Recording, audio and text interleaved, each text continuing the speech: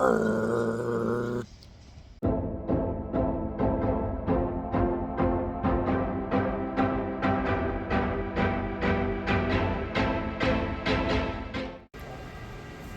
customizers, I'm at the USAF National Museum in Dayton, Ohio, and we're here to talk about things under the wings.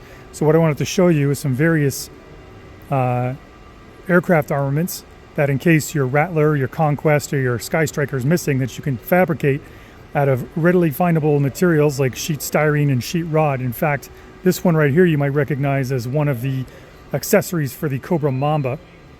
And you can see that now that we've started to work with some raw materials like styrene rod and some sheet styrene and cutting out some simple shapes, that you can start to deconstruct what these look like and even start to create your own, including some clear parts for smart and guided weapons. And some of the shapes may not be what you're expecting. And you're not just limited to things that go boom. This here is an ECM pod, or an electronic countermeasures pod, and it's roughly the same size and shape, well, not size necessarily, but shape as a fuel tank. You put a couple of fins on it and you have an electronic warfare jamming pod. So it's something else that you can consider for when you're trying to load up your Rattler or what have you. And here's some fuel tanks here, and while they're all generally the same shape, they're not always the same length, and they have different details like the fins on the back. And we have some ordnance that's larger than you might expect, and you have some aircraft that can carry racks that have multiple accessories on the same rack. So don't limit your imagination, and as long as you keep it relatively, well, I shouldn't say that. You can do whatever you want. It's your custom. But if you put it so that you can, I don't even know what I'm trying to say here. Honestly, I'm blown away by all these airplanes. If you keep it to a general aerodynamic shape, then you can make it however you want. But these here can certainly serve as reference for your projects. Now for guns and stuff like this, you can see here the cannon pod actually fares smoothly and aerodynamically back into the rest of the airplane, but you're not limited to that, as you saw on the toxic fire bat that I made. If you haven't seen that video yet, check it out. But this is certainly a great way to get some motivation and some inspiration for any of your customizing and replacement projects. And keep in mind that when you're checking out your references, use more than one photo. Let's get this to focus here. There we go. Use more than one photo, because these rocket packs, those triangular caps, will blast off when they're ready to fire, so you can omit them if you want to make it look cooler. But that's just essentially a bunch of tubes all glued together, so you can do that with styrene rod or tube as you wish, and then a band wrapped around where the pylon attachment point is. So you can see it's actually quite simple once you start breaking down the shape.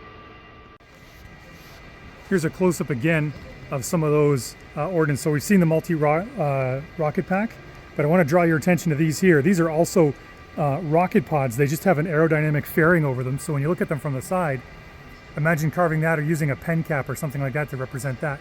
Also on the same airplane, this is actually a gun pod.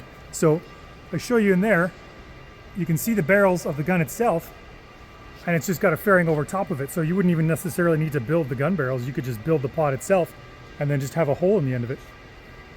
And this is all ordnance for an A1 Sky Raider. If you want to get even more fancy with some of your customizing projects, you can go from just the type of stuff I showed you earlier to something like this, which is a guided weapon. In which case all it is it's a dumb bomb with a guidance kit fitted on it. The guidance kit can look like these examples here. That little droopy nose bit is what finds the laser seeker, and then it's got fins that'll steer the bomb onto the target. You don't have to be too specific about it, but you can see they change and vary in size. That's a nuke beside it, so you can do that too if you want. And this is all for one aircraft, but it just gives you a good example of the different shapes and everything that you can make for your ordnance. So you can see, and even with this super long one over here, that you're not limited to.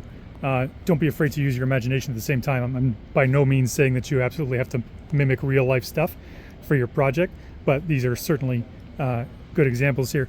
And that's a, oh my goodness, it's a paved knife pod on the bottom, so it's an electro-optical pod, so you can make those as well. And we'll talk more about that once we start actually building. Now when you're looking up references and you see something like this, don't freak out and ask, how the heck am I going to get that under my airplane? Those are the fins deployed on a regular laser guided weapon, just like the one you see behind it there.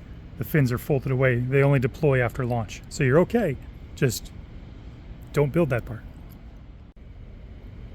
Some of the things you choose to make for your custom might even be weird and wonderful, like this beautiful thing right here. It's called a JP-233 munitions dispenser. It's an anti-runway weapon.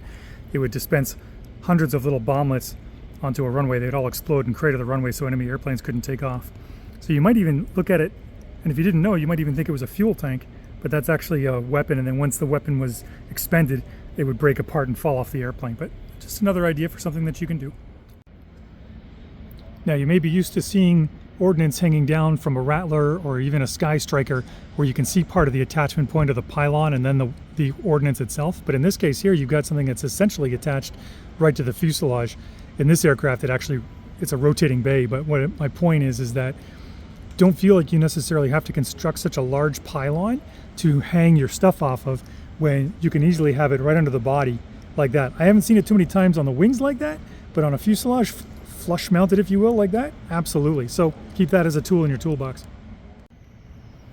Here's another example of something that's flush mounted. In this case, this is an F-15. The F-18 also does it, but it's basically the corner of the fuselage here, and that's where the missile's stuck right onto the corner. So don't limit yourself when you're coming up with places to put your things under the wings, in that you can do it anywhere you want. And you can even make racks that hold more than one of the same kind of thing.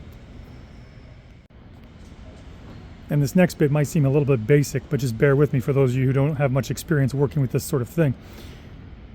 So normally when you're doing bombs and stuff like that, they're supposed to be bulkier and rounder for the most part.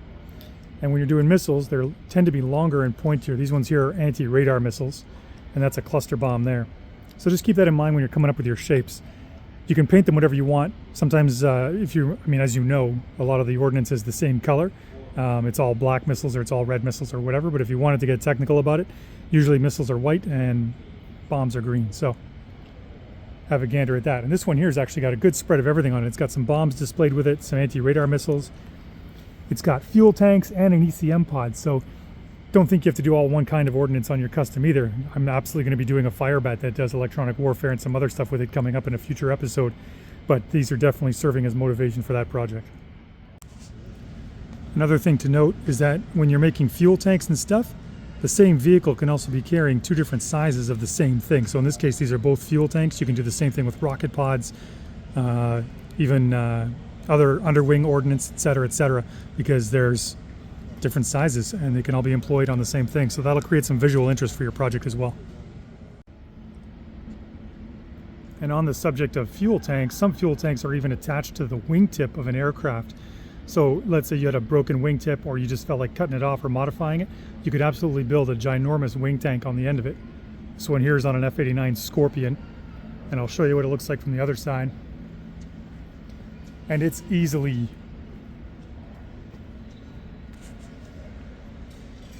it's that big. Here's a great example of the same aircraft carrying two different shapes of tank. In fact, that's actually a reconnaissance pod, and those are two fuel tanks, which you can make up whatever you want. So don't feel that you have to make the same shape and repeat it every single time for whatever round thing you want to put on the bottom of your vehicle. Here we are at an OV-10 Bronco, and you can see here the caps are off and you can see the rocket tips inside. Sometimes the pods look like that. That's with that aerodynamic cap that's off. They didn't always fly with them on, but you can see the rocket tips in there, so you may want to replicate that. Or if we look up and zoom in, you can see an empty pod there on that O2 Skymaster. So really, you've got lots of options if depending on your skill and your comfort level with working with styrene, and you can get as complicated or as simple as you like, and either way it'll look good. Now, if you have that Hercules from Toys R Us, what you can do is convert it into a gunship, much like this one here. Cutting out some square holes with some rounded corners, or not, your choice. Then you just make a couple of these out of styrene tube and such, like we did with the Firebat. If you haven't seen that episode, go check it out. And then moving down the way here, here's the howitzer that sticks out the side. There's actually a 105mm howitzer that sticks out the side on some versions of this gunship. And you got twin 40 millimeter cannons here that stick out the side in a slightly bigger hole. And you can see it gets smaller as it goes in, and then hides behind a little canvas in there, and anyway, for detail. And then these little blisters that pop out here are sensors. So if you wanted to go nuts customizing one of those bigger Hercules, you absolutely could. And actually, I've got two smaller miniguns up in there as well. They're different calibers, I think. Either way, there you go. Other than that, it's a regular Hercules, so you can take it and cut it out and make other stuff that you want, just to make it your own private version there.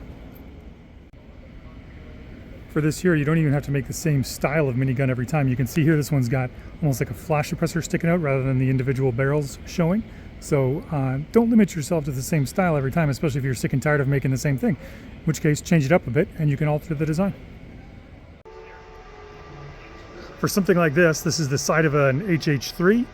If you have the True Hero Sentinel Force helicopter, whatever you want to call it, and door gun, all it is, if you've never seen one before, is that's just an M60 on a pintle mount. So you could take an M60 from any toy line that's in scale with G.I. Joe and then mount it into the door. So you might even want to replace the oversized stuff that True Heroes and Power Team Elite and all that stuff tend to use with something that's more properly in scale. Not everything you make for your vehicle has to be big either. These are actually quite small, anywhere from, let's call it 5 to 6 feet or whatever. And just for fun, here's one of Cobra's first airplanes.